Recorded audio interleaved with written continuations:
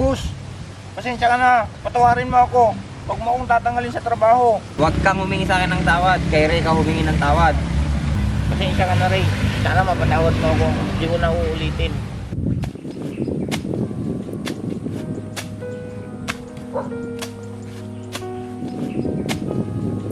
Si Franz wala pa, tanghali na.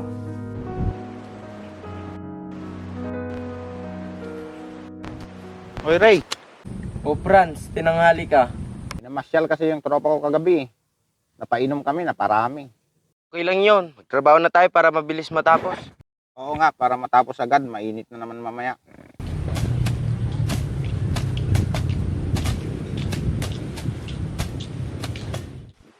Franz, si boss. Oo nga, bilisan natin magtrabaho. Oh, kumusta? Franz, Ray, kumusta na ang bukid? Okay lang boss. Nilinas lang namin tong gilid ng fish pond.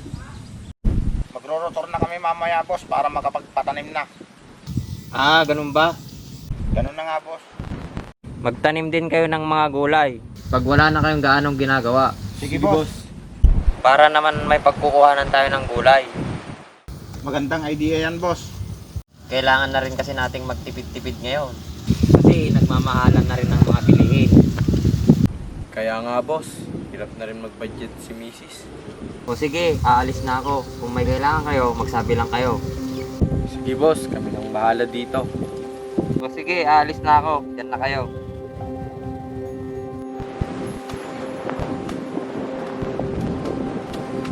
Ang kuripot naman ni boss, di man lang nag-iwan ng pangmerienda. Hayaan mo na, baka walang dalang pera si boss.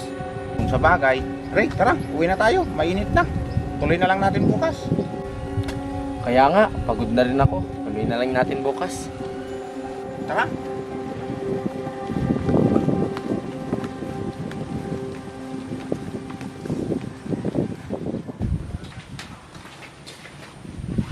Ayos tanghali na, tulog pa.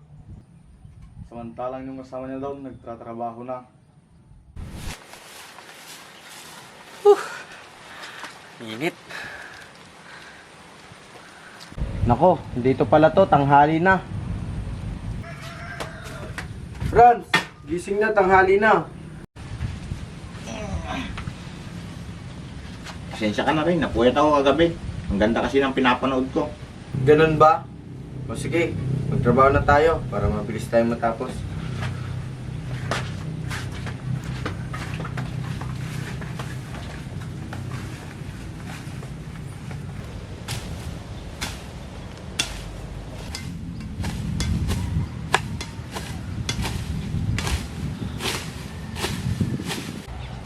Ba, ang sipag-sipag mo naman, Franz. At ang bilis mo pang magtrabaho. Siyempre, boss, pinapakitaan ko lang si Ray ng mabilisang trabaho. Ore, ba't parang pagod na pagod ka? Hindi naman po sa ganun, boss. Ah, ganun ba? Dapat kayahin mo trabaho ni Franz para mabilis matapos ang trabaho. Oo naman, boss, nakakaya naman sa'yo kung wala kang nakikitang natatapos ng trabaho. Ayos yan ah. Nakapagtanim na rin ba kayo ng mga gulay? Oo, boss, nagtanim na po ako kapon. Mabuti naman kung ganun. Marami kasi akong punla sa bahay, boss. Kaya nung wala na akong ginagawa, nagtanim na po ako. Ah, ganun ba? Sige, pagbutihin niyo yung trabaho niyo ah. Oo, boss. O sige, aalis na ako at marami pa akong gagawin. Sige, boss, ingat.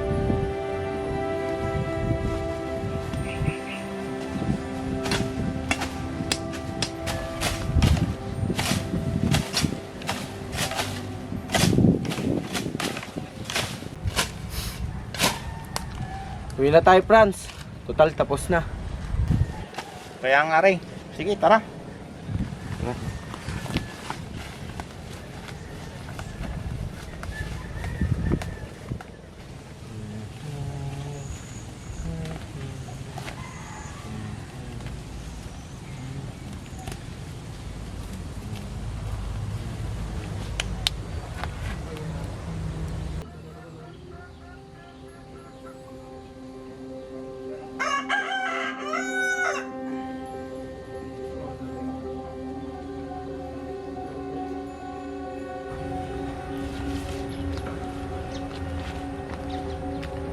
Hoy, Ray. O, ikaw pala, Jerry, bakit? Bakit mag-isa ka na namang nagtatrabaho? Asan yung kasama mo? Ewan ko eh. Lagi na lang tanghali kung dumadating yun. Alam ko kung bakit tanghali siya laging dumarating. Paano mo naman nasabi, Jerry? Kasi nakita ko minsan sa may kamaling natutulog. Hayaan mo na. Baka pagod lang siguro yan. O sige, ikaw ang bahala. Kaalis na ako.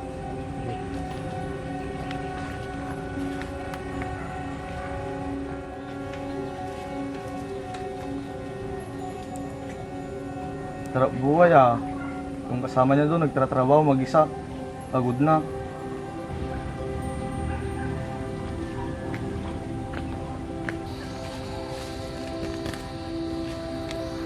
Asan na kay si Franz? Tanghali na, wala pa siya.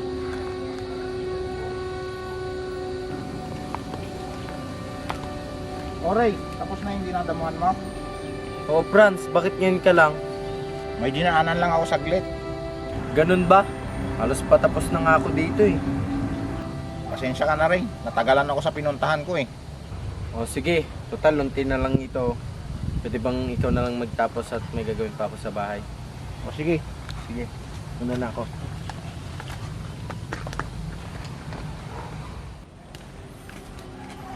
O Franz, Boss, bakit mag-isa mo lang nagdadamo dito? Asan si Ray? ewan ko boss. Laging tanghali kung dumating yun eh. Laging puyat. Napapabayaan na nga niya yung trabaho namin dito eh. Aba, hindi pwede sa akin yung ganyan. Pag oras ng trabaho, trabaho. Oo boss. Lagi na nga akong nahihirapan dito sa trabaho eh. Lagi na lang akong mag-isa. Sige, bukas na bukas kakausapin ko siya. Tapusin mo na yung ginagawa mo. Ako nang bahala sa kanya.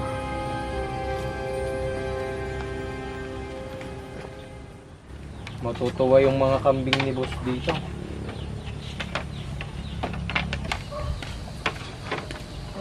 Hoy Ray! Bakit boss? Totoo ba lahat ng sinasabi ni Franz?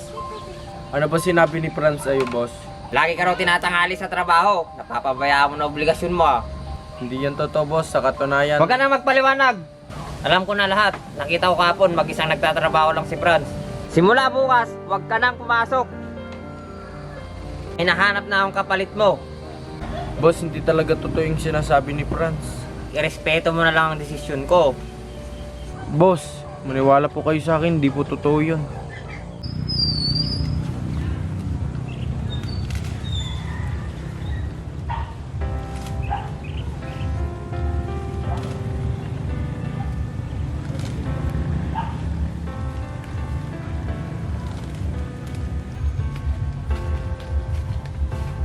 Boss, magandang umaga boss. Gandang umaga rin. Saan ang punta niyo boss? Titignan ko lang si Franz kung tapos niya na yung pinapagawa ko. Ganun po ba boss? Oo, kaibigan. Siya nga pala boss, ba't mag-isa naman na yung trabador mo? Asan na yung kasama niya? Tinanggal ko na kaibigan. Bakit mo naman tinanggal boss? Palagi kasing nahuhuli sa trabaho, kaya tinanggal ko na. Yun ang sabi sa akin ni Franz. Nagkakamali ka boss. Kilalang kilala ko yung tao na yun. Ha? Ako mali? Paano mo nasabi kaibigan? Ganito kasi yun boss. Si pag ni Rhea, at si Franz wala pa, tanghali na.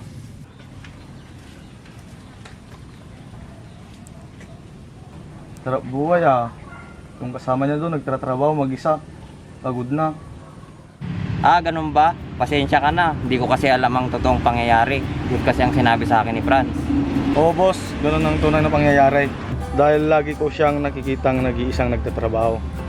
At si Franz ang huling pumapasok sa trabaho. Sige kaibigan, mapuntahan nga si Ray. Pasensya na. Salamat.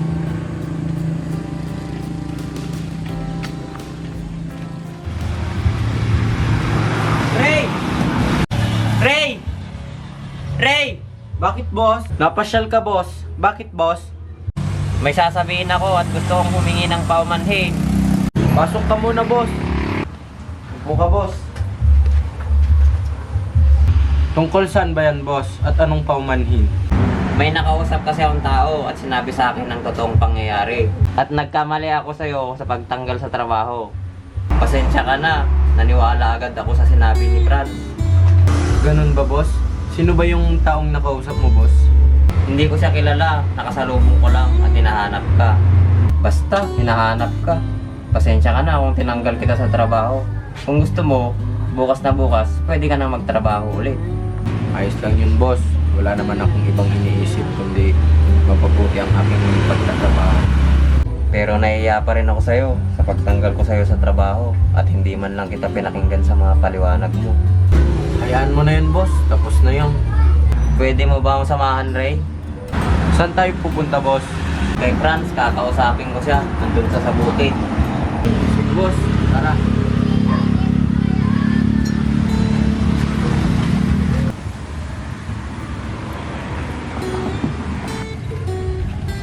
Franz!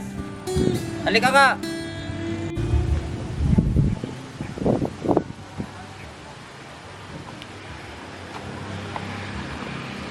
O boss, napasyal ka. Kasama mo pa si Ray. Kala ko ba tinanggal mo na sa trabaho? Naparito kaming dalawa dahil may gusto akong linawin. Ano po ba yan, boss? Yung sinabi mong... O Franz, Boss, bakit mag-isa mo lang nagdadamo dito? Asan si Ray? ewan ko, boss. Laging tanghali kung dumating yun eh. Laging puyat. Napapabayaan na nga niya yung trabaho namin dito eh.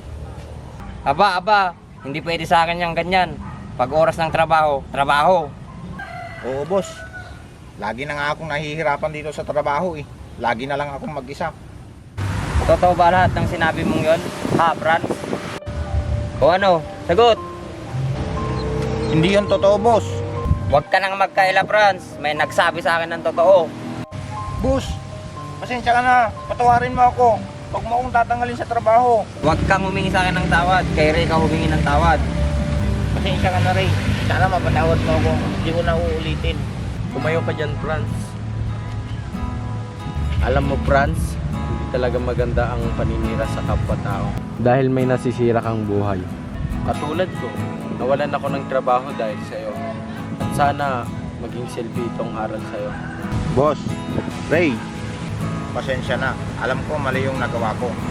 Sana mapatawad niyo pa ako. Hindi ko na uulitin yung ginawa ko. O sige, Franz. Bibigyan pa kita ng isang pagkakataon para magbago. Salamat, boss. Salamat din, Ray.